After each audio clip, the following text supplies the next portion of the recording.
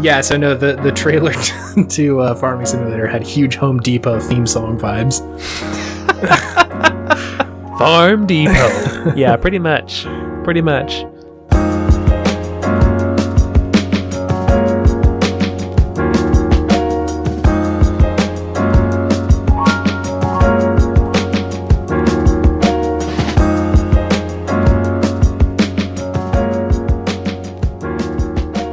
David, it's video game Podtimism. Wow, you're entering in quick today. It's the Optimist video game variety show where two best friends talk about the wonderful world of gaming. No intros. Whoa. No intros. Whoa, okay. Yeah. Literally, you stopped me mid-sip of my beverage. You're startled, the audience is startled. It's our 50th episode today, and we're bringing a different energy. It's called Boomer Energy. It's called the Boomer Energy. This is the Boomer cast now. You know, all boomers skip their intros. They just go straight into the pod. Video game classic. Boomerism. Ay, this is a bummer. I'm old, David, but I'm not this old. It's our 50th episode, David. Hell yeah, it My is. God. We're in it. Look at where we are. By the way, I'm Chase. And I'm David. We're here. Holy shit. Not 50 podcast episodes ago, we were a budding young podcast. So young and youthful and full of life, pre-pandemic. Brett, just barely. Yeah. What do you want to do in 2020, David? Start a podcast? Sounds lovely. We got plenty of time to do it now. Yeah, true. Yeah, wow. Holy shit. We got a special ep, sort of. It's going to be mostly the same, but we're going to talk about a game that is going to push us to our podtimistic limits. Truly, yeah. But before then, David, have you been partaking in video games? I have. Why don't you tell me about those? Just gonna get Rocket League out of the way. Yeah. Still playing Check the Rocket box. League. Yeah. Check the box. My clan is growing. We got like 6 people in it now. Got 6 homies. Wow, that's a lot of Rocket Leaguers. Big time now. You need someone to manage your team. We need marketing. We need some swag. We need some apparel. You know, everyone needs to get their own special esports gamer chair. Just like streaming. You know. Wow. Are you a real gamer? Do you have a gamer chair? Do you have a big red chair to sit in while you game? A big multicolored chair?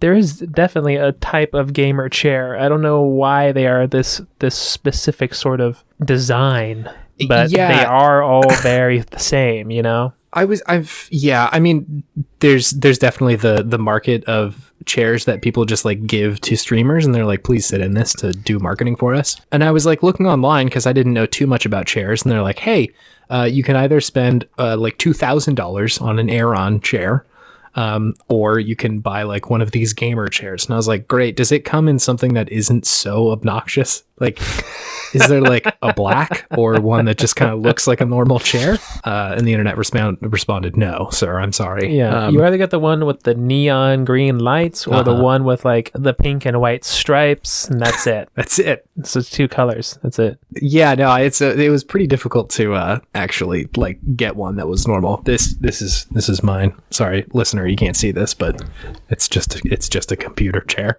So you're playing Rocket League. Playing Rocket League. I also started Detroit Become Human. Oh my God, hell yeah. Did you play this one? No, I'm just always so excited when you play something that I don't know you're playing, A, or B, that I don't expect you to be playing. It's a thrill Once again, for me. Hey, a free PlayStation game. So I was like, why not? This guy supposedly is not a good dude who made the game, but I will explore his thoughts. It's a David Cage game, right? It's David Cage. Yeah, there's been some allegations against him. That are not tight, yeah. Yeah, questionable things about David Cage being said. But game is quite good. I enjoy it. Okay, interesting. It was kind of mixed when it came out, so I'm interested to hear your thoughts on this one. I haven't gotten to the end so far, Sure. right? So it could totally go in a different direction and be like, not so good. But so far, I'm enjoying the game. The graphics are amazing. It's kind of just the classic David Cage gameplay of, I'm gonna walk poorly over to this area of the house and interact with something and, do something kind of cool and interesting. Yeah. But nothing like exciting, right? Yeah, there's no like huge action sequences or anything. Yeah, not yet at least. Yeah. So we'll see. So yeah, it's good. It's engaging. It definitely makes you want to keep playing because each level is like a pretty short vignette with a bunch of different things you can do and pathways you can take, and then afterwards it shows you like the pathway you took, and then all the other things you could have gone, and neat. things you could have seen are like blacked out on it, and then it'll show you like the stats of like how many people who have played this in the world have done what you did. Interesting. Versus like what your friends did, right? So you can see like, oh, I took like a really different path than most people here. So it's interesting in that way because it gives you that little bit of a social aspect to it. Yeah. But yeah, it's robots taking her gerbs. Yeah, I'm sure there's the not all that veiled metaphor going on there. Yeah, there's some light depiction of domestic abuse. Yeah. So that's hard. Sure. Yeah. Hard to be involved in an interactive story like this is, which is pretty much what David Cage games are. They're interactive stories. So you don't have much agency to stop these things when you see them, when you see these horrible things happen, right? Yeah. So sometimes it can be a little brutal in that way, but it's different. It's very different, which is why I enjoy his games. They're always very unique. Yeah. It's just fun. Nice. I'll probably pick this one up because it is free. And I've, constantly been sort of curious of like, is this actually a good game? Do I want to play this? It's good. I wouldn't say it's like groundbreaking so far or anything. Yeah. And it can be a little like on the nose with some things where it's like, oh, I'm revealing this super mysterious thing. I'm like, no, it's just like, kind of obvious. It's kind of basic. It's kind of basic. Yeah. So it's a little, I don't know, basic in that sense, but it's good. It's still fun. Nice. Anything else? Anything else you're playing? Yeah, I started Assassin's Creed Odyssey. Whoa. Okay. Another shocker. Well. Jesus. Really coming at me fast with these. Chase had a very good shocked face just now, everybody. It took me a second, but I was like, okay. It did take you a second. So, hold on. Odyssey is the one in like Greece, right? Yes. I've played a lot of these games. I should know this, but that's the not most recent one because that is Valhalla. Valhalla's the most recent one. Yeah, so I bought this a while ago, actually, before I got my PlayStation 5.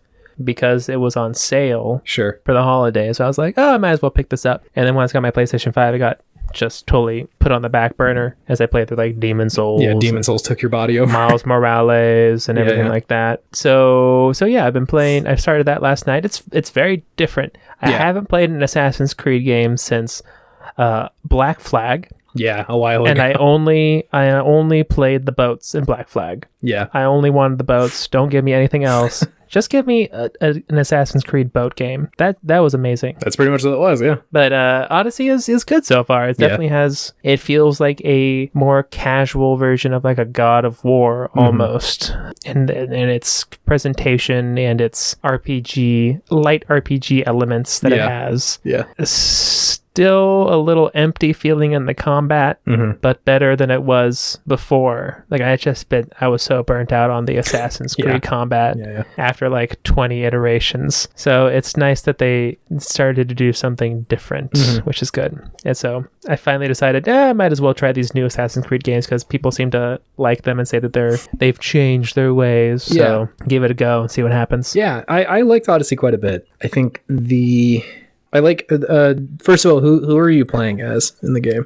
Cassandra's canon. I'm Cassandra, baby. Yeah, she's definitely the better written version of the two. So is there really like a big difference between the two of them and their stories? I think like, canonical story-wise, there's a little bit of difference. It follows, I think, primarily the same arc. Like your role is the same in either one, but Cassandra's voice actor or actress is very good. And like, I think she delivers most of it very well. Sure. So it's, I think Cassandra is much, much better. And I feel like I ended up liking her quite a bit by the end of the game. Sure. Yeah, she's just like fun and like cool to be around. Yeah, she seems like a likable character. Yeah, and like seemingly well-rounded. Like, I feel like I kind of knew who she was without it just, being kind of boilerplate Assassin's Creed character. Yeah. So that was cool. Yeah, I think it's a good game. I also had a similar arc to your playing of Assassin's Creed. I think I did like 1 and 2. I liked 2 quite a bit. I think a lot of people did at the time. Mm-hmm. But yeah, kind of, I had tried Black Flag and couldn't really do it. I kind of fell off. Yeah, I think I finally got over, because I was an Assassin's Creed man. Really? Like I was a stan. Interesting. As Gen Z says, of Assassin's Creed for quite some time. Yeah. I played 1, I played 2, I played all of Ezio's extra games. What were they? Brotherhood and Revelations. Yeah. I played both of those, and I played 3. I did them all. I don't think I knew this about you. The ending of 3 was so unsatisfying. I've heard this from people that I just could not afterwards. Yeah. Eric, my roommate, he got a PlayStation 4 and he got Black Flag, and I started it up and I just didn't care anymore. I just couldn't care. Yeah. I couldn't do it because that ending was just so unsatisfying. But the boats were good. The boats were quite good. The boats were good. Boats were good. I had a kind of a similar experience with Black Flag. The story just felt not weighty at all. Like, it felt like nothing was happening, which is like not something that I typically feel in a video game. And like, I'm also not this is sort of tangential, but I'm also not one of the people who, like, when I watch a television show, sometimes you'll hear the complaint like, nothing happened in that episode. Sure. I never feel that way, but for whatever reason in Black Flag, I was like, I have no, like, an hour or 2 into the game, I was like, I don't know who I am, I don't know who these people are, none of them, I don't care really about any of them. We're singing sea shanties though, I so like it's that. A-okay. I like that part. And that comes off a little bit meaner than I was expecting it to, but like I think I was just very disinterested in the whole thing, and so I was like, you know what, I think maybe this isn't for me anymore. Yeah. And so I agree. Put it down. And I didn't play what was the first one in this like trilogy right now? Origins. Origins was the one that came out before. Origins, that's right, yeah. I didn't play that one, and I picked up Odyssey, and it felt very different than what I'd played, like you were saying. And it, like, the combat's not super complicated, but it did feel enough of like an update for me to be like, okay, like this is interesting for me to like, find it fun to fight dudes in this game. Yeah.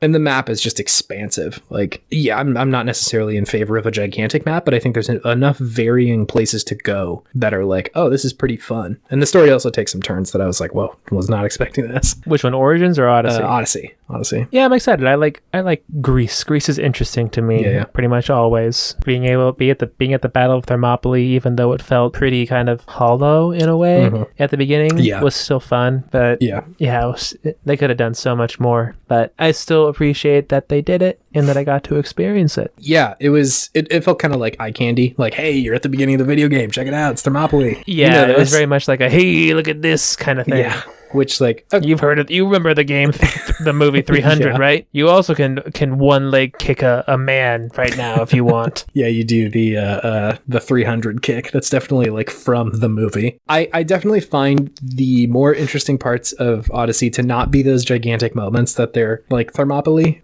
but definitely more just like kind of wandering around, and like I think they took a lot from Breath of the Wild of like, what's on this tiny little island? Let me go see what's over there, and there's always something there. So that part of it I think is really cool. Yeah. Cool. What else? Are you playing anything else?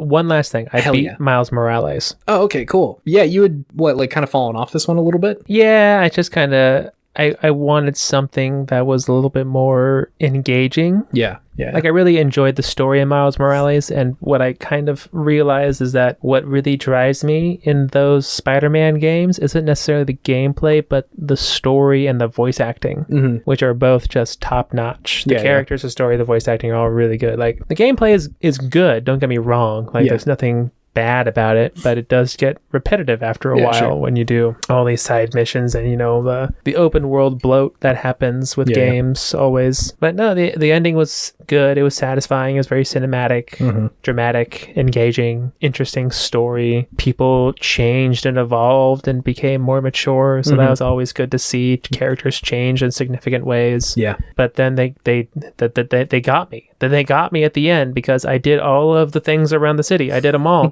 because I had to unlock all the suits. Yeah, and I felt dirty afterwards. I felt like a dirty man.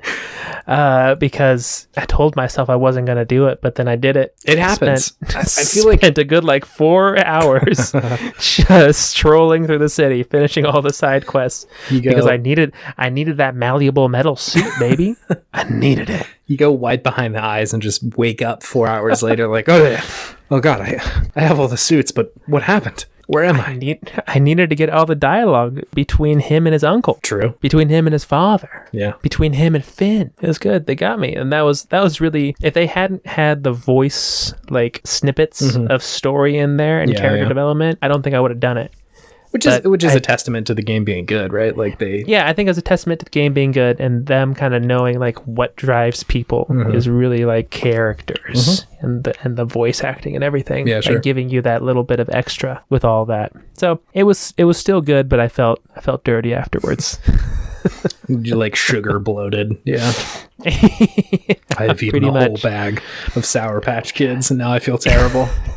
This had no nutritional value, but I loved every second of it. Yeah, true. Sweet. Cool. Any other games? That's it. Cool. What have you been playing? A couple of things. So, more Subnautica. I've definitely been playing that still. Nice. Getting farther into it. The game is still very good, very scary for me personally. Just the deep ocean part of it is very terrifying. But I like the game so much that it's hard to pull me away from it. Like I said last week, they're doing a lot with story that I think is pretty interesting. Wasn't something that they did in the first one. There was some story in there, but not nearly as much as this. So it's pretty cool to wander through it in that way. But yeah, I just like the game. It feels really good to play just on its own. So I'm still enjoying it. I don't know that I have a ton more to say about it, but I'm still in there. I have beaten Fire Emblem and the Sacred Stones for the Game Boy Advanced. For the RG 351P. 351P. Yes. Hey, we got it. You got it, yeah. Perfect. Yeah, it was pretty good. And this was wild. I had this buried memory of playing this game because apparently I had beaten it when I was a kid, which again, surprising given how difficult this game was, even with quasi cheats that I was using. And I remember getting to the last level, and I don't think I had let anybody die, which is what was hard about the first playthrough. Again, because if anybody died, I would reset the level and say no, I cannot. I still have control here, game. Yeah. But the last level's hard. There's a big monster that you got to get, and if you didn't know it was coming, it was quite a shock. And not necessarily because you didn't know the end of the game was coming, but the dude is tough, and so you really got to send your best guys out there to the front. And I had this memory when I was younger that me and Kyle had developed quite a relationship. That he was my number one soldier boy, tell him. And he was my strongest dude by far. I think usually my strategy in these games was just send Kyle to the front and have him fight, which worked for most of the game when I was playing it. But I remember this is going to end in tragedy. Yeah, isn't the it? first time I played it, I remembered so vividly. I sent Kyle to go fight him, and I couldn't reset because the level's in 2 parts, and I didn't want to have to do it all over again. And I got to this position where I was the only way I can even do damage to this bad dude is by sending Kyle at him. Kyle's the only one who can even do damage to this monster. And a real Goku of your team. He was. No, really he was. And I was healing him from far away, using my guys to heal him from 10 spaces out. And he died my first playthrough. Oh, I ended up winning, but Kyle died in the process. Oh, what a hero. It was he went down as a hero, but it felt like a hollow victory. I hadn't really achieved victory. I had cheated by sending Kyle to his death. The victory turned to ashes in your mouth. Truly.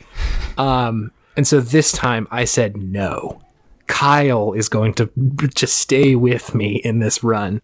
And long story short, he did. Whoa. I have saved Kyle, and over the course of now, I guess 15 years between the last playthrough, you've righted your wrong. I've corrected history. It's and at the end of the game, there's almost nothing you get, right? There's a little card that shows up at the end for every character, and they're they did this. It's the end of fucking Animal House or whatever. Oh, you didn't get the one for Kyle? He died. the first time he died, and it just said Kyle died. It's like, oh God. But this time, got it. What did it say? What happens to Kyle? I have no fucking clue. I think he just turned into a good knight. It didn't even matter. To me, it didn't matter. It just mattered that I got him. He made it. I like that his name's Kyle. It's a very weird name for a medieval knight. Yeah. Sir Kyle. His green hair. Very cool. Yeah, so that was a journey for me personally. I was very excited to do that. Congratulations, sir. Thank you. I'm proud of you. Thank you. So is Kyle. I've also been dipping back into Advanced Wars. This is my. Ooh, baby. Did you play Advanced Wars? You know this? I did. Interesting. Okay, cool. I think I bounced over there just because Intelligent Systems did both Fire Emblem and Advanced Wars. Oh, I didn't know that. Yeah. Makes sense. You can see it, right? Like the little tile-based tactics game. Yeah, totally. It's good. It's shocking to me how good the game looks. Even now, like the pixel art is just really, really high quality. The same thing with the music and the sound. I find like really good. Like I'm shocked this was a Game Boy Advanced game. But it's pretty good. It's definitely the more complicated of the two, to me at least. Sure. I feel like Fire Emblem, it's like you can kind of build your fight around the people who are the strongest on your team, but because Kyle. Advanced Wars is like Kyle, there is no Kyle in Advanced Wars. There is only helicopters and tanks and shit. And so There's no leveling up, so it's just strategy. Yeah, you really do have to kind of figure out a way around the other dude. But it's pretty good. I'm enjoying it so far. I do remember hitting a wall in this game at some point, and I'm interested to see where that shows up. Yeah. But again, playing it on the RG 351p does make it quite a bit easier because you can if you make a dire misstep, you can just be like, well, that was stupid, let me back up real quick. Or my now favorite thing, fuck Fog of War. I don't care about Fog of War because what I do is I send a dude out into the Fog of War, and then if it's like, hey, there's a guy here, normally in the game it would say that guy's turn is over. No, I will go out, put my dude there, reset. I now know where it is, and then we'll act upon that new information. No. I'm the Fog of War now. It's like, I definitely don't feel bad about this. It's like absolutely cheating the system, but the game Fog of War is a bullshit mechanic. It's pretty hard. Be real. Like let's be real. The only thing to me that it forces you to do is to memorize where guys are. Yeah. Because there's some amount of it that's like, okay, I didn't see that person there, which is now going to make the rest of the level a little bit harder. But most of the time it's like that messed my guys up so badly that it's going to take me another 10 minutes to come back from this, or just I need to start the level over. Yeah. And so like I just don't feel bad about like kind of, gaming the system a little bit. Why not? So yeah, I'm enjoying myself quite a bit. I like that game a lot. Good. Why did they make another Advanced Wars? They made oh god, what was that game called for Switch? War Groove is the game I'm thinking of. Yeah, I heard about that one. It was pretty good. I think it was challenging for other reasons, but it like definitely captured that same style of gameplay in a pretty good way. It was hard just because like if I remember correctly, you had to like wipe everybody on the enemy team out, and sometimes that was really challenging because you had to just like keep pushing back into the enemy base, and so like it took longer than I think a lot of people wanted it to, but it was still a really fun game and really well made. So yeah, I do wish they would start that series over, but I also don't know what Intelligent Systems is doing anymore, so they may not want to do it. Did they not make the new Fire Emblem games? They probably did, actually. Let me see. Intelligent Systems. Yeah, so they made the most recent Paper Mario, the Origami King. They made, you're right, three houses, the Fire Emblem game. It looks like that, actually, is a lot of it, is Fire Emblem and Paper Mario, so they're kind of bouncing back and forth between. Have they made all the Paper Marios? I think so. Anyway, so yeah, I like Advanced Wars. It's a true thing. I have fallen back into playing Persona 5 more. Persona 5, all right. Took a little time off. Have you beaten it? No. I'm so far into this video game. It's still very good. I got to a chapter. Let me see. I think I can do this without spoiling anything. But if you're sensitive about Persona 5 spoilers, maybe, tread carefully. Maybe skip ahead 45 to a minute. I made it to a chapter where the person whose heart you need to steal, like, requests that you do it. Like, they're like, hey, I want you to come steal my heart because I have these, like, tough things in my past that I want to get over. And it's fucking good. It's very, very good. Like, I feel like Persona, like, it's so easy if you haven't played these games to write them off as like just silly anime nonsense, but like they're dealing with heavy shit and like pretty well, I feel like. There's always missteps and shit, and definitely stuff you can point to and say like, wow, that wasn't very good.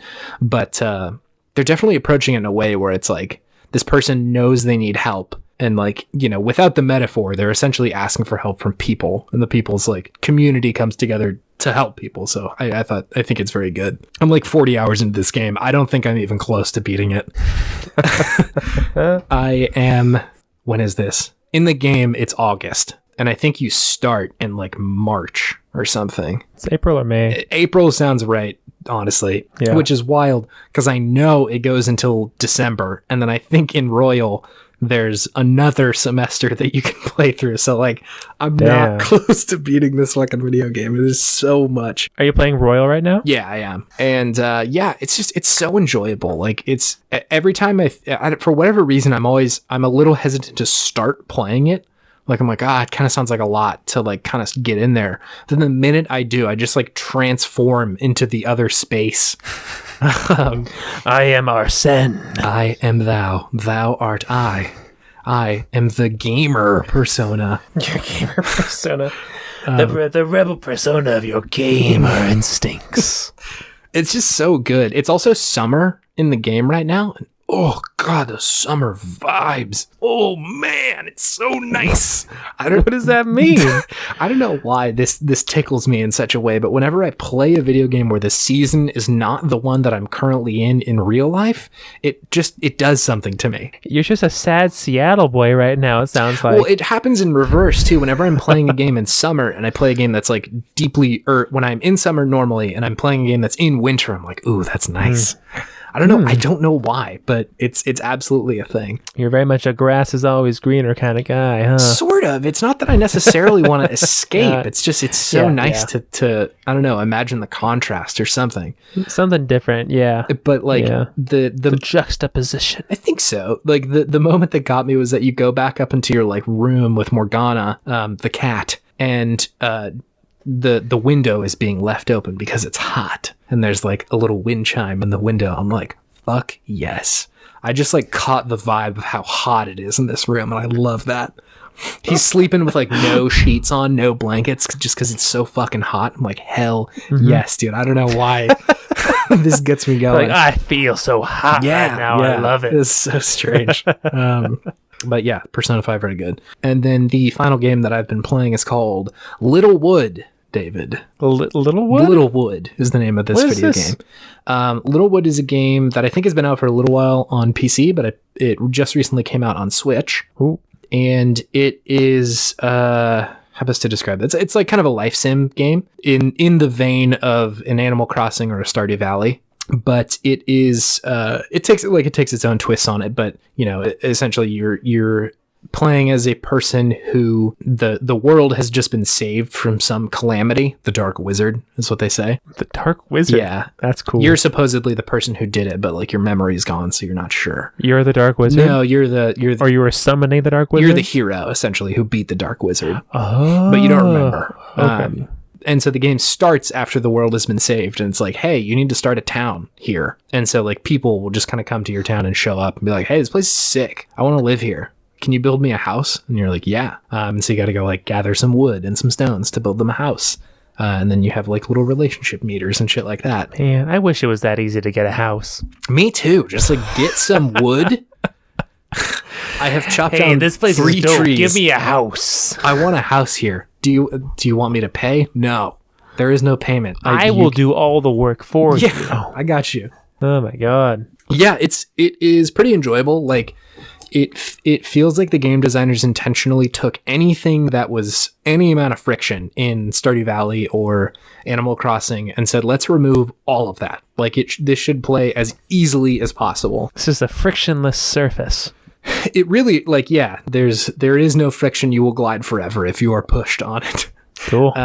It's really like enjoyable, I think, in that way. To take a couple of examples, like in Stardew Valley, whenever you went to did you play Stardew Valley, by the way? Haven't played it. I intend to at some point. Okay, sure. It's pretty good. They just came out with another patch on Switch, and it's pretty significant, so it might not be a bad time to get up in there. But there's definitely a lot of work to be done in Stardew Valley. right? Like, this is the Chase Ollie game then. Absolutely. No, I have fallen headlong into Stardew Valley before. But it is quantifiable, right? Like, you have to water your plants to get them to grow, and you can sell your plants for money to get more plants and upgrade your farm and all that sort of shit. And to go back to one of these examples, whenever you go to the mine in town, you have to run all the way there and then run all the way back before it's nighttime, right? Because if you are out after nighttime, you'll wake up tired the next day. Yeah. And something that Littlewood does is, like, you can go to places where you can mine, essentially, or you can, go gather wood or whatever. If you want to, at any point, you can just press B and it'll bring up the menu and you can say go home and it'll just plop you right back in your house. And so there's no time between I would like to leave now and I am back in the house. Like, there's just very little of that, like, in between time. Sure. You can do farming in this one. Like, you can plant crops. You don't really have to water them. They just kind of grow. And so, like, you can come back and just do it. Sounds great. The house doesn't require a lot of, like, it requires resources, but, like, other than that, you just put it wherever you want to. You can move anything anytime. That's a big thing that's, like, stands in stark contrast to Animal Crossing. Like, Animal Crossing, it takes a lot of money to move anything. Like, anybody's house takes forever. You have to go through this whole dialogue and, like, it takes a long time. Really? Yeah, no, it's very, very difficult to do. Not only that, it takes a day. Like, you have to go tell them, pay them, and then the next day they will move their house. Like, actual full human day. Whoa. Whereas in this one, it's literally a menu. You just click, move, and then you can pick it up and put it somewhere else. Huh. And so, like, it makes it really easy to be like, oh, I have more people in my town now. I want to completely redo this place and do it over again. It's not that hard. Like, it takes like 20 minutes to, like, completely change the layout of your town, which is fun because another one of the mechanics in there is that all of the villagers that you have will start to, like, if you build them, I think it's a desk, you can check to see, like, what they want in their house. And it's either like, I want this kind of bed, or I want this kind of bookshelf, or I want to be this close to this person's house, or I want to be this close to the marketplace. And so there's a lot of, like, tuning and changing and, like, fine tuning that, when you actually accomplish these things, it gives you a little bit of money to help you out. And then I haven't gotten anybody to, like, their finished state, but I'm assuming it'll give you something cool, which is very Dark Cloud, which I love. Very cool. You do love Dark Cloud. Love me some Dark Cloud. And that's like Dark Cloud. The city building part of Dark Cloud was very much that of, like, I want my house to be pointed at the sunrise in the morning, or I want it to be surrounded by this much water or something like that. And so it's cool to see somebody, like, engaging with that older of a mechanic. I will sort of say that it ends up, I want this to not come off bad because I don't think it's a bad thing, but it ends up feeling a little bit less significant than in Stardew Valley or Animal Crossing, just, I think, because it is so frictionless.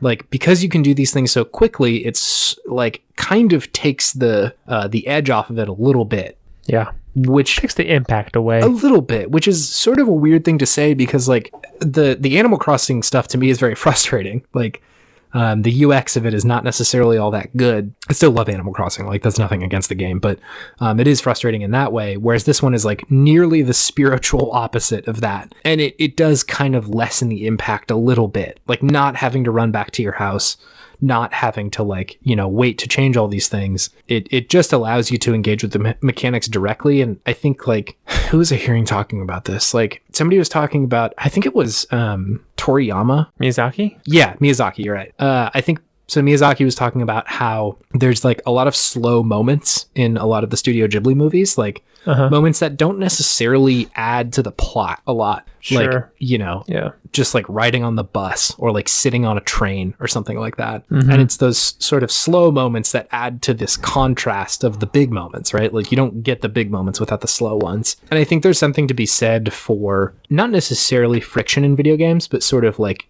slowing the game down just a little bit, because it, like, I'll play it for an hour and be like, Jesus, that, like, a lot just happened. And it can start to feel very mechanics driven, whereas I think life sims typically thrive on the slower moments, right? Like, getting to know your villagers and getting to, like, really engage with the town. But that's absolutely not to say I'm not enjoying this game. I really, really like it.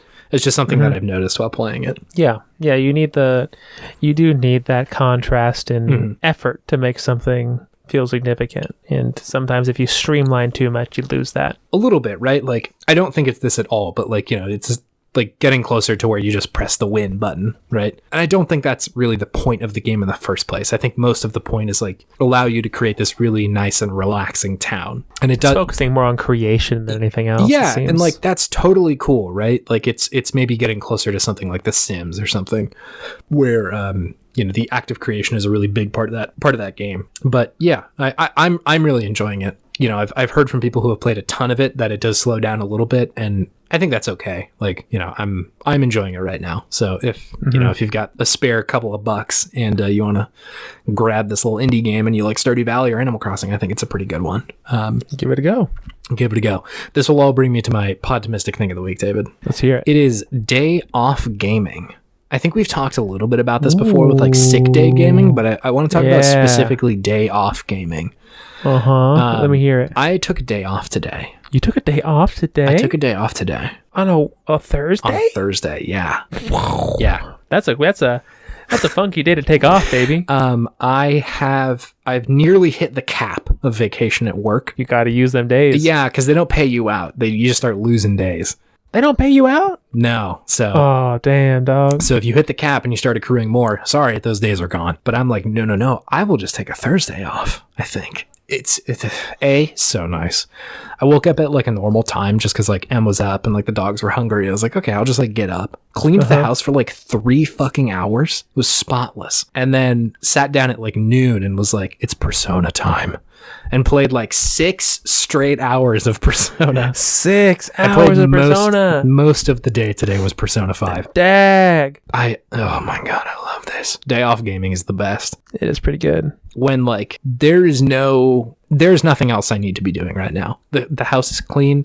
I've taken the time at work. It's not like I'm slacking or like doing something weird or anything like that. I have today off. There's nothing to do. And it's time to game. Had these a lot more in like school, right? Like it's much easier to take like a mental health day or something and just not be at school. A little bit harder in the adult world, but sometimes you just take the day off and play fucking video games. It's the shit. Fuck yeah. Yeah. Do you have anything fueling your sense of Podtimism this week, David? I do. Tell me, please. It's television. It's television. Whoa. Yeah. I mean, that's a pretty critical part of the gaming experience. As in like a television inside of the game. That is not what I thought. Tell me. So, you know how in some games in your apartment or on the street, you can stop and watch television. TV, yeah. And like watch their little silly shows that they create for the game. I love that stuff. I love it. I eat it up. It's very good, yeah. I don't know why, but it's just I gotta watch. I gotta flip through every channel, and I gotta sit there until I see every little thing that they put into it. I gotta see how realistic their TV shows are and their news broadcasts are. Sometimes they're very good, like in-universe broadcasts are high quality, very detailed. Yeah, like it was recently. It was Detroit Become Human has a lot of TVs in it. Sure. That you can then watch broadcasts and little shows they have going on. I just thought back to all the fun games that have had television channels in them. The thinking really of GTA, right? Yeah, GTA always is heavy with in-universe television. Yeah, it has some good ones. And then also Control had those weird it Threshold Kids or something like that? Was that what it was? Yeah, there was I can't remember exactly the name, but yeah, you're right. It was messed up. Like real messed up, like creepy stuff. Yeah. But still real good, like weird, creepy kids TV show. Control also had that like the neat recordings that the like scientist would do too, of like, here's my research video, and he'll like just kind of step in front of the camera and talk for a little while. Oh yeah, Dr. Darling. Yeah. Those were really good. Those were real good. Very well made, and like it's so unsettling, and I know that people do this on purpose. It's so unsettling seeing real actors in video games. Like physical human beings doing it. It's just like, oh my God, like why? Yeah, I was like looking at it like, is that a real man? Oh God. Yeah, because it's a little bit frightening. Yeah, doesn't feel good. Yeah, I feel like I at some point just put GTA's television on my television and just like watched for a while. Yeah. This was also when I was in high school. I presume to think that a lot of these things would not age super well, but at the time I was quite entertained. Yeah, GTA has some questionable things in it, but yeah. Do you want to move on to our main thing, David? Let's do it. Cool.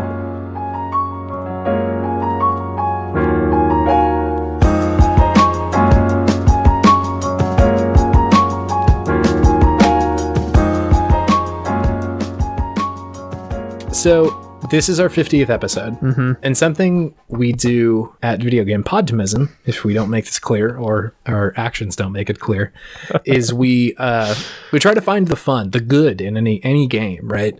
Our show is not about dunking on video games or not about being shitty to games that we don't like. That is not us. No, we are looking for ways for the game to dunk on us. Yeah, please Dunk on me. Dunk on me, video games. I love it when a game dunks on me and I'm just totally posterized by their intelligence and creativity. with their facts and logic. Gets me going. That's my favorite Aha song, actually. Oh, are we doing this again? Dunk on me. Dunk on me. Dunk. Dunk me on is a little bit more challenging of a phrase. Yeah. Dunk on me, I get. Dunk me on. I don't necessarily want to partake in that. Hey, in that come on, dunk me on, baby. Yeah, it feels a little icky. Come on, just take my hand. Just take my hand and dunk me on. And dunk me on. Anyway, so yeah, we try very hard to find the fun, and so we thought for our 50th episode that we would push our podtimism skills to the limit, because normally we're playing video games that we pretty much know we're gonna like, or maybe know that, you know, it's not maybe our cup of tea, but we'll find something in it. Yeah, but we're trying to unlock our potential. Yeah, our latent ability. Raditz will beat up our dad, and we'll and we'll come crashing out of a pod with our head to hit. Who's our video game dad? Is it Kratos? Is it Joel? Is it? I think Hideo is my video game dad. Oh shit, you're right. If we're talking It's real Hideo. human people, I don't know who my like fictional video game dad is though. Maybe that's a future episode. Let's not burn that content now. Father's Day episode. Hey, coming up. So we've chosen a game. We're going to have what I assume to be kind of a more straightforward conversation about it. This normally when we do a modern video game, it's sort of the fart sniffing conversation, but I think we'll probably just walk through our journey to find the fun in this game. The journey to the fun. We're of course talking about Farming Simulator 2K19. 2K19 sells you Beats headphones. Makes you a John Deere salesman. Yeah, a representative comes out and makes you memorize all the facts about John Deere's tractors. So painful. Yeah, I had very little interest in playing this video game other than the fact that I did not understand it. Yeah, like same. I just also the trailer made it look very engaging. No, you watched that trailer, right? You mentioned this last time, and I was like, I don't know. Like, I don't know about this, but god damn, if you haven't watched it, listener, you should go watch the Farming Simulator 2019 trailer. It looks so fun. Holy shit. If we talking about vibes on the podcast, yeah, dude, that vibe was you become a horseman farmer. You become the legend made of straw. You become the legendary farmer John Deere himself, and you farm the shit out of this farm. It's wild. And you're just a big old man farmer, just farming everything. He's got like you farm the world. He's got like a fleet of tractors at some point, like flying through his corn fields. That was the funniest part. Was that it starts with one tractor and it's like playing like the country rock music, and then like a little montage later it's like 4 tractors all in unison, and it's just like the music's louder.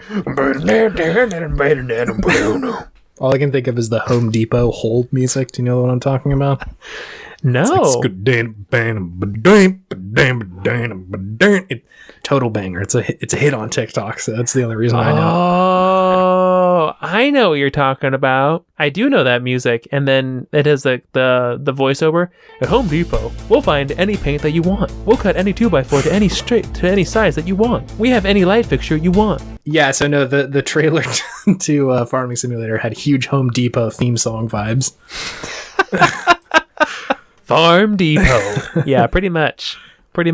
For maybe anybody who hasn't played this game, which like I assume is probably a fair amount of people, Most, I would Yeah, think. you've probably seen this video game before, but like I had very little idea about what was actually in this video game. Yeah, you've probably seen it in the bargle bin at some point in your life. Yeah, I would digital think. bargle the bin. digital maybe the physical bargle bin, because this true. is Farming Simulator 19 we're talking Yeah. about. Yeah. There's been 18 of these other bad boys circulating out there. I think 10. I think they're just tracking by years. I Oh, think really? they came out in 2008. Yeah. That's disappointing. But anyways, Their pedigree isn't is yeah, up to I'm not as snuff. impressed anymore.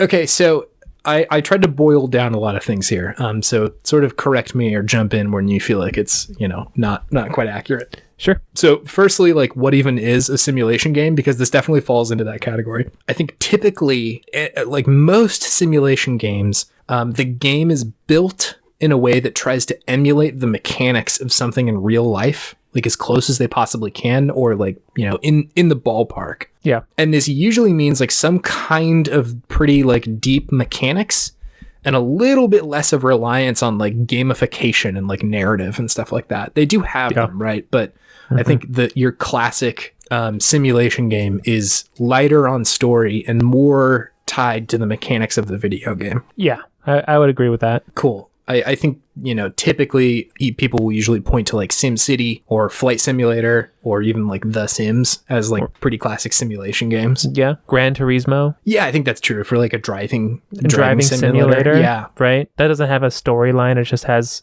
you go Just and you drive, race. baby. That's it. I mean, Just drive. depending on how you drive them cars, there might be a story to tell. That's a good girl. Whoa, Arthur Morgan, where did you come from? Got a relationship with my Honda Civic. My goodness. Okay.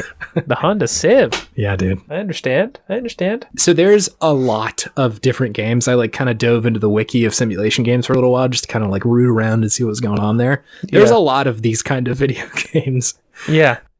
And like potentially is one of the first kind of video games, I feel like. I think that's a pretty easy thing to do when you're starting to design video games in the first Just place. make it like life. Sure, yeah, try and emulate something. So there's a bunch of different genres. One of them, and I think this is kind of the bulk of the games, is construction and management simulations. So this typically involves like a lot of economic management, and like so the one of the earliest examples was this game called Hammurabi, which is this like text-based strategy game that came out in 1968. Very old. This video game. 68. Yeah. And again, it's just text-based. There's no visuals here. It's just explaining to you what's going on. It's like a strategy game. Yeah. And then kind of after that, the next big one was this game called Utopia, which came out on Intellivision in 1982. So again, kind of Television. another early protogenic sim game. Yeah. This one was a little bit more visual based, but still compared to like what's out now, pretty primitive. And then I think once you move into like the 90s, you start getting into stuff like SimCity, which is a lot more familiar, I think, to the general audience. Yeah, the city builder. Right, which is kind of a good segue, but there's subgenres here too, and it's city building is like the main one, right? Like SimCity and City Skylines and all that sort of shit is like a big part of this genre. Oh yeah. Which I know you're familiar with. Gotta have a good energy crisis, baby. Ain't nothing gets you feeling like you're alive like an energy crisis. Gets the people going. It's provocative. Gets the people going. The next sort of subcategory is colony management, is what Wiki said. So things like like jolly good England. they specifically called out Dwarf Fortress, Oxygen not included, and then Frostpunk, the game that I played last year, as another one of them, which I liked quite a bit. I liked Frostpunk. Okay. And then the one that I think a lot more people will be familiar with is the business simulation and tycoon based simulations. So like theme park sims, game dev story, railroad tycoon, like the zoo tycoon, all those sort of games like fall here. There's also I didn't know anything about this, the factory simulation games. Factory sims. This is like Factorio, Satisfactory, and the Dyson Sphere program. I knew nothing about these video games. The Dyson Sphere program? Did Dyson make a video game? It's like Big Buck Hunter, but for Dyson. You shoot vacuums. You shoot lesser vacuums to replace them with Dysons. But for real, Dyson's a good vacuum. I have a Dyson. I do. This thing rips. I do it too. Those things be sucking. The last category in this subgenre was government simulation games. It's like Tropico and the Romance of the Three Kingdoms or Diplomacy. Another video game. I just love the name, The Romance of the Three Kings. It's very good. There's something so powerful about that phrase. It's so good. It's very good. I do like the title. Yeah. So backing up a little bit out of the sort of like construction and management sims, you get to like life sims. So The Sims. The Sims is I think the easiest example, but like Animal Crossing, Stardew Valley, and then Littlewood as well. The earlier examples here was this game called Little Computer People. This came out in 1985, which is like, it's pretty similar to The Sims as far as like what the game is doing, but just, you know, very, very early and very not basic, but it's less complicated than what was going on in The Sims. Sure. So yeah, and then you get to stuff like sports sims, right? So like Pong is the earliest example of a sports sim. It's emulating tennis, right? Fair enough. Fair enough. And you know, it's in sports sims specifically, there's different takes usually on like what part of the sport is simulated. Sure. Like, you know, in Madden, that's getting kind of closer to an actual sports sim. But something like, you know, what is it, Football Manager or something like that, where you're like managing the team rather than like literally playing the game. Yeah. So yeah, there's a lot of this sort of genre of game, and obviously like there's a lot of crossover between these two. Like it's not like, you know, you're just one of these. However, in trying to find the fun in Farming Simulator. Yeah, Jesus, my brain just stopped. In Farming Simulator, I was trying to boil down what makes these games fun, right? Because I've enjoyed a lot of these games. I know we're crazy about City Skylines. I am literally crazy about it when I play it. Yes. And so I think boiled down normally that like these list of video games I was looking at, the value of them to me felt like most simulation games add a level of access to some part of life that I currently don't have access to. Sure. So like Flight Simulator, I don't have access to flying a plane. I cannot do that. Not a pilot. Yeah. City Skylines, I am not the king of a city and can't completely change how it works whenever, right? The king. You are the king. It's true. No. You're in control of all the finances and planning and unilateral decision making. Yeah. It is just kind of like modern day city-state king. Correct. Yeah. Is really what the game is. Yeah. Yeah. Or, you know, Madden. I'm not a footballman. I'm not a professional footballman. Even though your name is Chase Footballman Albee. That Chase Sports Albee. It's me, baby. And I think even down to something like The Sims, right? Like The Sims is emulating very normal and real life, but there's parts of it that are different, right? Like I can't live two lives at the same time, but The Sims kind of offers that, right? You can get this alternative space that you can go in and influence. But I think the quintessential part of these Sims is that usually there is some important modification present. So for flight sims, no one is in danger. That's very important. Especially for Chase. Especially for me. And also, there are very few rules about how you can fly the plane, right? Like, sure. You can just fucking land it or fly it or go wherever or fly to your house and like... The FAA is not coming after you. No, nothing is wrong there. Yeah. Like we were saying with City Skylines, like you are the monarchy. You get to choose whatever you want. There's no like local committees that get to weigh in on how things get made. You just do it. And in something like The Sims, like I think the draw there as far as like modifications go is time is really compressed. You get to live life very quickly. There's not real life issues like sexism or racism or like income gap or war, famine. Like there's none of that. Everyone's on an equal playing field. You're just vibing. You just get to vibe in Simtown. So like a beautiful place. These modifications make it a lot easier to like be in these spaces. Which why don't we start talking about Farming Simulator? Let's hear it. Let's do it. Because I think initially it was challenging to me. Like this game was not, even in the description I was like, I don't know if I'm going to enjoy this very much. Yeah.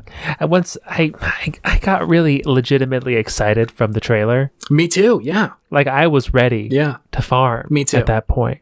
Like whoever made that trailer needs a raise. Yeah. Needs a raise for sure, because they did a damn good job making Farming Simulator 19 seem wildly entertaining. Yeah, very good video game. Yeah. It's just like this or God of War. What's better? Yeah, who knows? Pick your fancy. It's either one's going to be a thrill. Pretty much. Pretty much. So how we both played not a ton of this video game, but I think enough to kind of catch, what's going on here. Yeah. What was your sort of initial reaction when you started playing this video game? That it was a lot of reading. Yeah, overwhelming amounts of information. An overwhelming amount of information talking about things that I don't even know what they are. And then going into the help menu and learning about other things that I don't know what they are either. Yes. Feeling very stressed out about that. And then realizing how slow things move. And how precisely I have to control my tractor to make nice, clean lines. And so I don't have to back up and go over a small patch of unplowed field again, which takes a while. Yeah, no, it's monotonous. Yeah, I guess. And then driving my crop to town, I was like, wow, this is actually kind of a large map. Yeah, no, and then I realized it couldn't go more than 9 miles an hour. I was like, wow, very slow. This is a very large map now, even bigger than I thought. Yep. Those were my initial thoughts and feelings. Yeah, I was in a similar place. I did the tutorial. Yeah. And it is doesn't make it all that much clearer. It's definitely easier. I sort of know what to do a little bit, but like it is mechanically very dense. It is. I think like with other sort of simulation games, I think I normally have a very defined goal in mind. Like with something like Gran Turismo, it's literally a race, right? Like you just go around the track until you do it, right? It's very easy to understand what the goal is there. Even with something like Flight Sim, I think like you can actually do the flight, right? Like you can fly from one place to another. But usually my goal in those video games is to just get up in the sky and like fly around a little bit. Sure. It's not necessarily to like, you know, be a good pilot. Whereas with this one, it's like I knew that I needed to make crops, but like how to do that was so how do I farm though? Yeah, dude, I needed to go back to farming school. I had no idea how to do it, and like it's like the tutorial explained it to me a little bit, but like, you know, I think reading it and then trying it, I like got to the end of it. It felt like math, right? Like I studied it and then the test came along and I'm like, wait, what? Like what is this asking me to do? I don't understand. Dude, it took me so long to just lower my plow into the ground. Yeah, no, that was a problem. I did not remember how to lower my plow. There was no prompt on the screen of like, oh, this is how you lower the plow. I was stuck. I was just rolling over my empty crops, my already harvested crops, not doing anything. And I was like, there should be like a visual change in this, shouldn't there be? And I went through like the whole field. It didn't do anything. Yeah. I wasted so much time. That's money, baby. That's money. I think there's a lot of that in this video game. And I think initially that's why I sort of was having a hard time with it, is that the game feels very similar to what I do at my job. That like, I don't necessarily want to do that. Where like, it's sort of dense and I need to like really dig in to how the mechanics of something work to like get the result that I want. Yeah. Yeah. It reminded me of the first time I played Madden. Yeah. No, very similar feeling. First Madden I played, I didn't really watch football all the time, so I didn't know what I was doing. I just had to learn. I just had to kind of go learn as I go. Yeah. But even that was easier than this. Farming is complicated, man. That's some hard stuff. That's some hard stuff. Even with football, though, you know if you're doing it right or wrong. Like, yeah, there is an immediate feedback. Okay, I got intercepted there. That's was the wrong thing not the way to do it. I don't know how these crops are going to turn out. I don't know if my soybeans are going to be successful. That's the thing is you have to wait. You have to wait a while. I gotta wait. Maybe these soybeans are going to mess me up like a year down the line. Who knows? I don't know. No idea. Yeah. I don't know. I got canola, and I got soybeans growing. Yeah. I don't know if those are the right things to grow. Yeah. I don't know what the tariffs are going to be like from China. Soybean producers are getting messed up nowadays from the tariffs. That's just a fact. I think I don't want to end up like them. I've got a lot of... This game gives me anxiety, Chase, is what I'm getting at. I mean, like, genuinely, there's... I think not knowing what the right thing to do is challenging. Yeah, very, very challenging, yes. Like, there are games that are like that. I think Stardew Valley is a very good analog for me, because there's not necessarily a right thing to do in Stardew Valley. You can not farm. You won't have very much money, but you don't have to farm. Like, nothing in the game says you need to do this. And so you can sort of define for yourself, like, well, I kind of like the villagers. I'm going to go talk to them. Or like, I like mining. That's fun for me. I'm going to do that. Or I like fishing. I want to catch all the fish or anything like that. And so even when there's not necessarily like a goal that's defined for you, there are things you can attach to very quickly that make a lot of sense. Where a farming simulator is get the fuck on the boat or don't, dude. And like, but I don't know how to. They don't mess around. No, but also I don't know how to do these things. Like, the problem isn't getting on the boat. It's like, I don't know how to walk. You know, I don't even know. I'm laying on the ground. I don't know how to get up or even look at the boat. Yeah. Like, I'm just so far from there. And so there's a lot of learning that has to be done, which again isn't necessarily a bad thing, because there's a lot of learning to be done in Dark Souls, but that game is really satisfying. And I think maybe if I was that good at Farming Simulator, maybe I would like it, or like it more. Because there is something in here that I do like, but I think initially it was very challenging in just how much information it was throwing at me. Yeah. I like went to the like tractor store in town, which, sidebar, hold on, before we get too far, I was shocked that this game was in first person. Absolutely shocked. You start it and it starts you on a hill in first person. I'm like, wait, what? Like looking over your beautiful farm. I, for whatever reason, I thought this was like a third person game that I would do, and just sometimes I'd be able to go into first person and like drive or something. But it's like literally a first person farming video. This is a simulator, Chase. So shocked. Please. I don't know why that took me aback, but like in the notes that I have, that's the first one I have is like, this is a fucking first person video game. Excuse me. It's like that. It's like when you get off the plateau and Breath of the Wild and the world opens up in front of you. Like, whoa. Like, oh my god. There's a lot more to this video game than I thought there was. Also, quick sidebar. Aviators and vest, yes or no for your character? Oh, the fucking character creator. I went vest. I definitely went vest. I think I went no aviators, and I think I went hat. I think I went baseball hat. I went all three. Oh, wow. Hardcore farmer. Vest, aviator, hat. I'm not here to do anything but farm, baby. I'm ready to go. Got your farm outfit on. Got my farm outfit on. Anyways, continue. The character creator is wild. There's like 4 things you get to pick from. It's like male or female, vest or no, the color of your shirt, and then are you wearing a hat or not, and then maybe glasses. It's wild. They did have a bunch of different hats, though. Did you see how many hats they had? No, I wasn't the first one who clicked that one. I was antsy. They had literally every single farming brand kind of hat. There had to have at least been like 50 or 60 different hats you could have chosen from. Excessive. It was overwhelming. I didn't know any of these brands. No, absolutely not. I do wonder, like, if anyone is familiar with this world, if this is like the shit for them, if they're just like, oh my god, like all the brands I know and love. It has like a 9 out of 10 on Steam. That's the thing, is like, I think I do want to note, I should have said this up front, I know this game is not for me. Like, absolutely. There is a target audience, and I am well outside of that circle. I'm a city slicker liberal boy. Even still, right? Like, I think, I don't play Trucking Simulator for the same reason, right? Like, I think monotony in video games is something that I don't always jive with. Even though you love a good list. I do love a good list. So again, I was a little bit surprised that I wasn't more into this game, just initially, because there's a lot of things that track with what I would like, right? Like the sense of accomplishment, like building something, having it kind of feel like work. But anyway, so I drove into town to get a tractor, and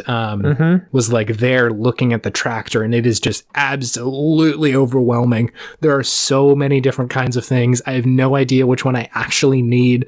I don't know how much power in a tractor I'm gonna need. I'm like, okay, well, let me just go look at the plows first. So I go over and look at the plows. Again, same problem. There's like 100 of them. I'm like, what do I need here? So I think the learning curve is particularly intense in this game. Yeah. But I think, like, I got some things growing eventually. It took a little bit of time and a little bit of doing. Same. But was able to grow a couple of things, which was fun. Like, I liked that sense of, accomplishment there. Yeah. Yeah. No, I like the sense of a freshly plowed field. It feels good. And like all the nice symmetrical lines through it.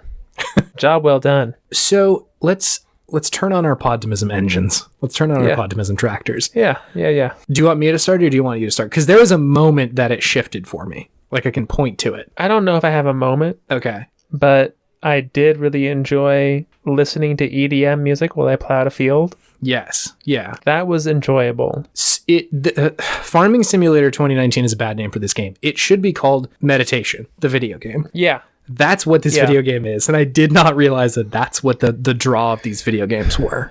Yeah, it's very slow. Like, it almost in a way reminded me of Red Dead Redemption and like the pace. But like if Red Dead Redemption is a simmer, this is just barely on. It's a lighter nothing. Under a cauldron of water. Yeah, I'm pretty sure my horse in Red Dead went faster than this tractor I drove to town did. Slow. They're so exceedingly slow. So slow. Yeah, and I definitely started just getting lost in my own thoughts as I was plowing and sowing these fields. I was just like thinking about my life. That's deeply. Okay, so yeah, I'm on the same page here. I'm almost glad that it didn't have a story. Like, Red Dead was frustrating for me because I couldn't get to the part of the game that I liked the most. I like the story part of Red Dead, and I like experiencing that. There's no story in here, and so it feels so much like meditation, where like the point is not to be entertained at every moment. It's to just literally be right now. And that was so much more enjoyable in this game. So the moment that literally shifted my perspective on this, I was like following a guide. Like, somebody on YouTube was like doing this game, and I was like, okay, I'm just going to do this too.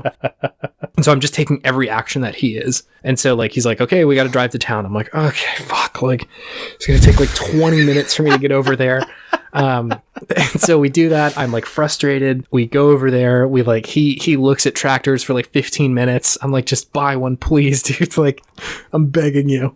You go through this like oddly realistic small town. I don't know if like this stuck out to you, but like having driven through a lot of California and a lot of tiny little farming towns, oh my God, this place felt like a very real place. I felt it. I'm like, I definitely sped down this road before one time, and probably people thought I was an asshole. Yeah. So yeah, that was very realistic for me at that point. Like, just the like placement of buildings and sort of the topography of the like literally the hills and shit just like felt so real. It felt like a like north of like NorCal on the beach. Yeah. Like, you know what I mean? Mm-hmm. Yeah. And it is by the beach. Yeah. At least the place that I was. So it felt very familiar in a way, which was strange. Yeah. Anyway, so I was getting my gear with this dude, and we're driving the tractor back to the farm, just snail's pace. I'm going so slow. And I'm just like, I'm kind of staring at him, playing the game. He's not saying very much. Nothing's going on. We're just driving back. I'm in the exact same place he is. And like, he doesn't say a lot for a while, and then we're both driving, and he says, "It's sunny out today."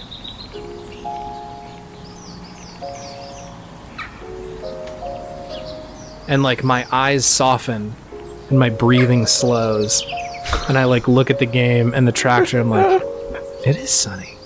It's nice out here.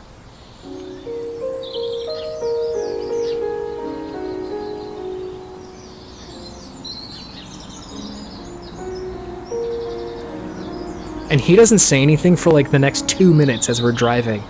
And I'm just sort of like in first person humming along in this fucking tractor. And I was like, oh, you found it. This is so nice.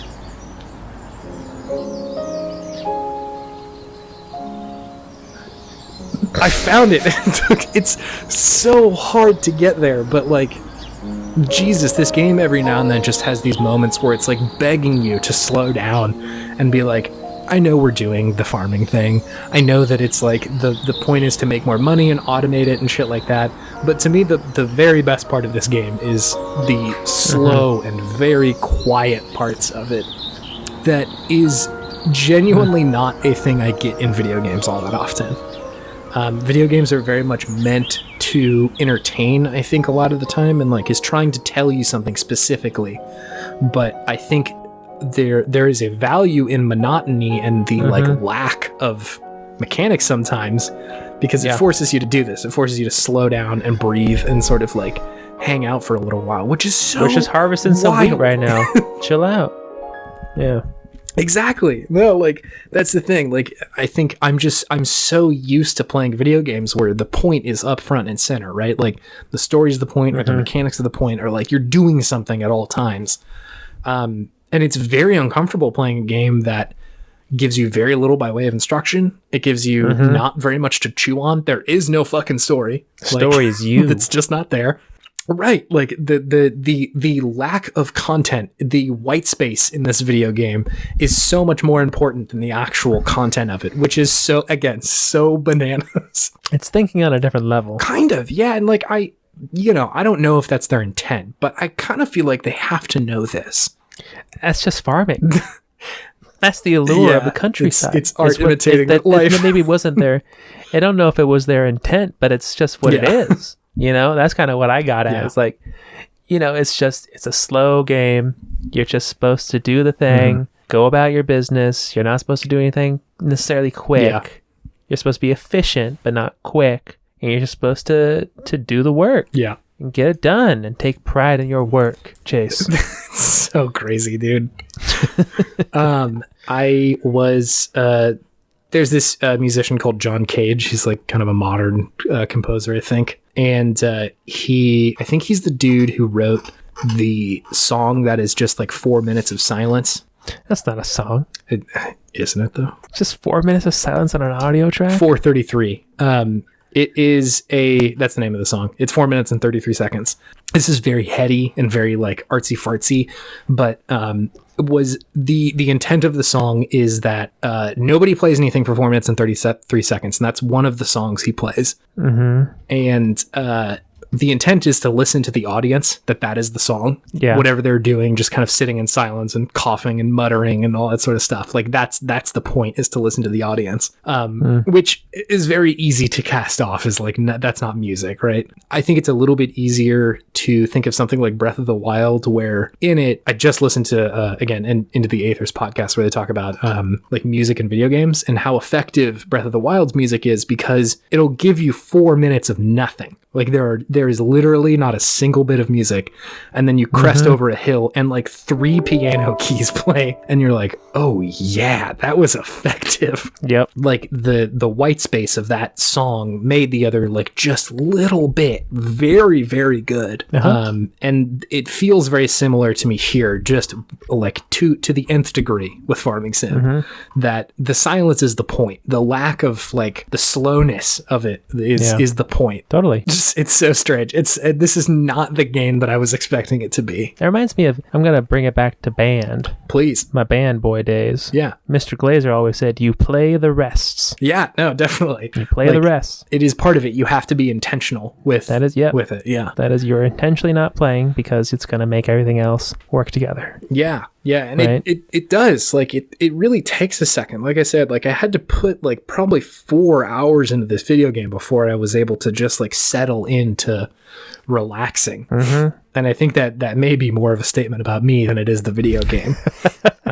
What the Seattle city life has done to your brain. I mean, genuinely, right? Like I try and fill my day with something all the time. There's always something going on. And usually if I'm, doing any sort of like actual meditation, I have to carve that time out. And sometimes it can feel hard to get even 10 minutes of just like, I'm not going to do anything. Yeah. But this one, I wanted to be doing something, but when I sort of like let go of the gas there, it was much easier to play this game. So weird. This is not what I was expecting. You have to change your outlook on life to play this game in a way, You have to change your inner heart to be able to enjoy Farming Simulator. I can't believe At least it. we do. Yeah, maybe somebody's just like, oh, I love it. Like the farming is the best, but like definitely the thing that I am taking from this is not the mechanics of Farming Simulator. I still don't know how to do it. I made like one plot and sold it, and I was like, hell yeah, okay. Felt accomplished. Yeah. I still don't know what like 80% of my farm does. No, absolutely I got not. like my 3 plots and that's it. I'm like, this is all I know. Yeah, good lord. So wild. I think it's easier for me to see why like Trucking Simulator is probably on a similar vein because you're not supposed to be going, driving all that wild. It's very much just like driving across the country. Got to be fuel efficient. Right. And like, I think my only understanding of these video games is like the meme videos where like some dude is driving 100 miles an hour in a truck and like does a backflip and lands it. And that's like his farming or his trucking simulator, or like people who use the cheats and buy like the biggest tractor they possibly can and shit like that. And like, I get that that's fun, but to me, that's really, really not the point of these games. Yeah, agreed. In the same way that when I'm playing Gran Turismo or something, the end game is not particularly fun for me. Driving the fastest Bugatti is not the fun part of the game. The fun part of the game is when I have $20,000 and I'm trying to buy the best car I can with nothing, and then I have to go race around the track with other shitty cars. It's the grinding. It's just starting, like the simplicity of it, the basicness of it, I think is really the fun part. And especially with this game, because the point, to me at least, the value that I found in it was, taking a moment and stepping back and being able to just enjoy what the game is giving you. You wanna drive that tractor, you wanna drive that Honda Civ, you wanna race some minivans around the course. I want to go 9 miles an hour back to my farm. It's going to take me 15 whole real human minutes. It takes so long every time to drive around that little town. Oh my god. Like, I usually play it in first person in the tractor just because like it's kind of interesting. That's the only way I play. Once I realized I could do first person in the tractor, I'm like, gotta do anything else. Whoa.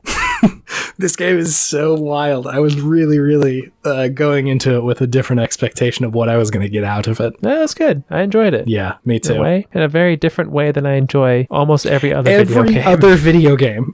Like, there's nothing that comes close to this. Even again, like with Stardew or Animal Crossing, like there is just not this amount of monotony in it. There's not this slow of a pace, despite it being about slowing down and being they're not having this like cataclysmic story that you have to solve. Yeah, the farm isn't gonna explode. No. It's not like sitting on top of a super volcano or something. You have to deactivate it. It's just farm. Yeah, just go farm. That's it. Yeah, but grow a good crop. Grow some soybeans. Yeah, do it real nice. Yeah. Dude, I'm shocked. This was such a shocking experience to me. I was like, it's a different game. I was genuinely, when I was playing it, I was like, are we going to have to cancel this episode? Like, I just don't want to get into this and just dunk on this game. That's not what I want to do. Again, reiterating, because I know that this is not for me. This is not the game that is designed with me in mind. And that's totally cool. And I know that there's an audience out there, but I was genuinely pretty surprised to find like, oh, there is something here for me.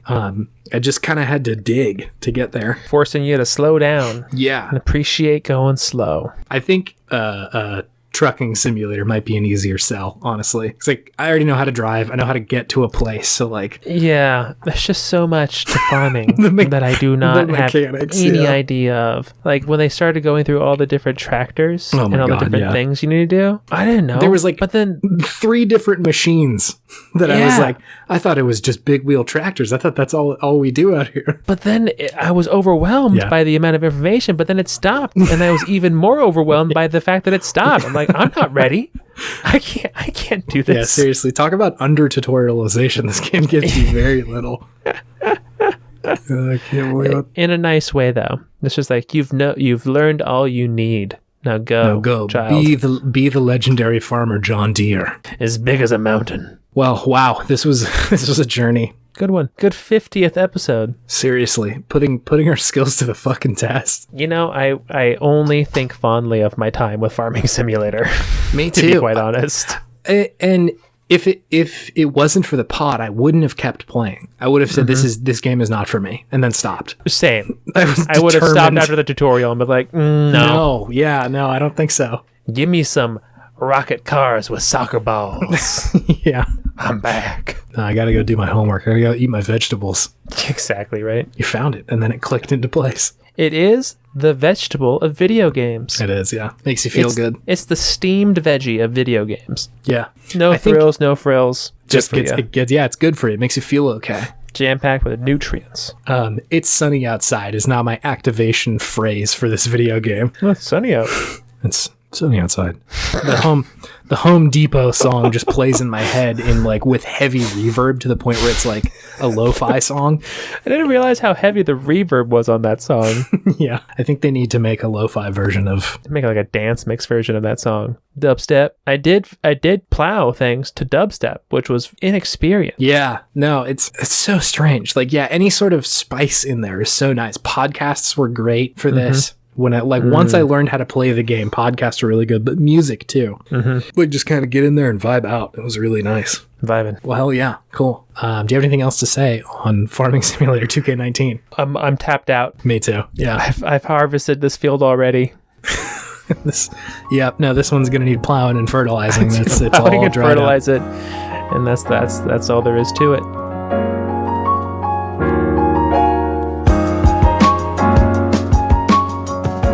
David, we are on Twitter. We are at Podtimism. It's our handle, or handy. Whoa.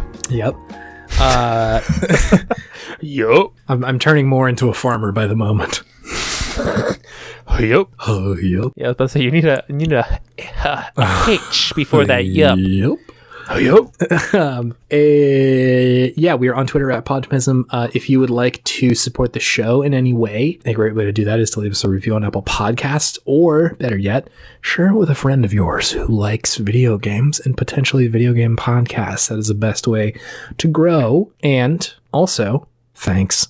We are our audience is going strong and going strong. That's it. They're going strong and they're going strong. Both. This game is cool and hot like the sun. Ain't nothing gonna stop our audience. Yeah, we have a little dedicated fan base, so I appreciate all of you being here and being with us. So, thanks. Means a lot to us. Thank you, everybody. Especially our Podtimizers. Our Podtimizers, especially in the episodes where we talk about farming for an hour and a half. Surprise for 50. Sorry. You wanted a video game. We got you this. We have video games at home. Watch, Garen is going to download this game and just make the most profitable farm that's ever been made ever. I'm going to be on the leaderboards by next week. Garen is going to break this game. I've gotten really into competitive farming. Competitive farming? Ranked farming? Arena farming simulator. There's one game every year, and you then at the end bring your biggest farmed item to the California State Fair. Got a big old pumpkin. If it wins first prize, it gets on display for a month at the fair. That's the game. That's the online game. That's the real game. That's the real game, baby. It's the Legend of John Deere. Triple Crown. So yeah, thanks for being here. David, do you have any video game wisdom? I do. Please tell me. Just plow the field, fertilize it, sow some seeds into it. Yeah. Enjoy the weather. Maybe it's sunny out.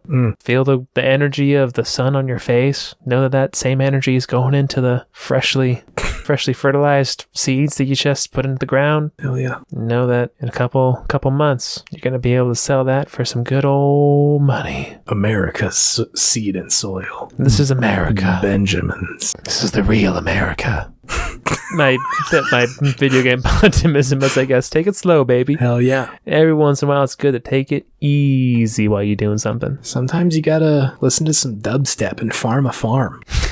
I did that. Did you listen to the radio stations? I did, yeah. It was very nice. Dubstep was my favorite. I wish there was just a like talk show. I wish there was fake NPR in this video game. I would listen to the shit out of that and then farm my fields. That would be pretty good. This is Guy Rizdal with NPG. NPG. It's it's not real. It's the fake one.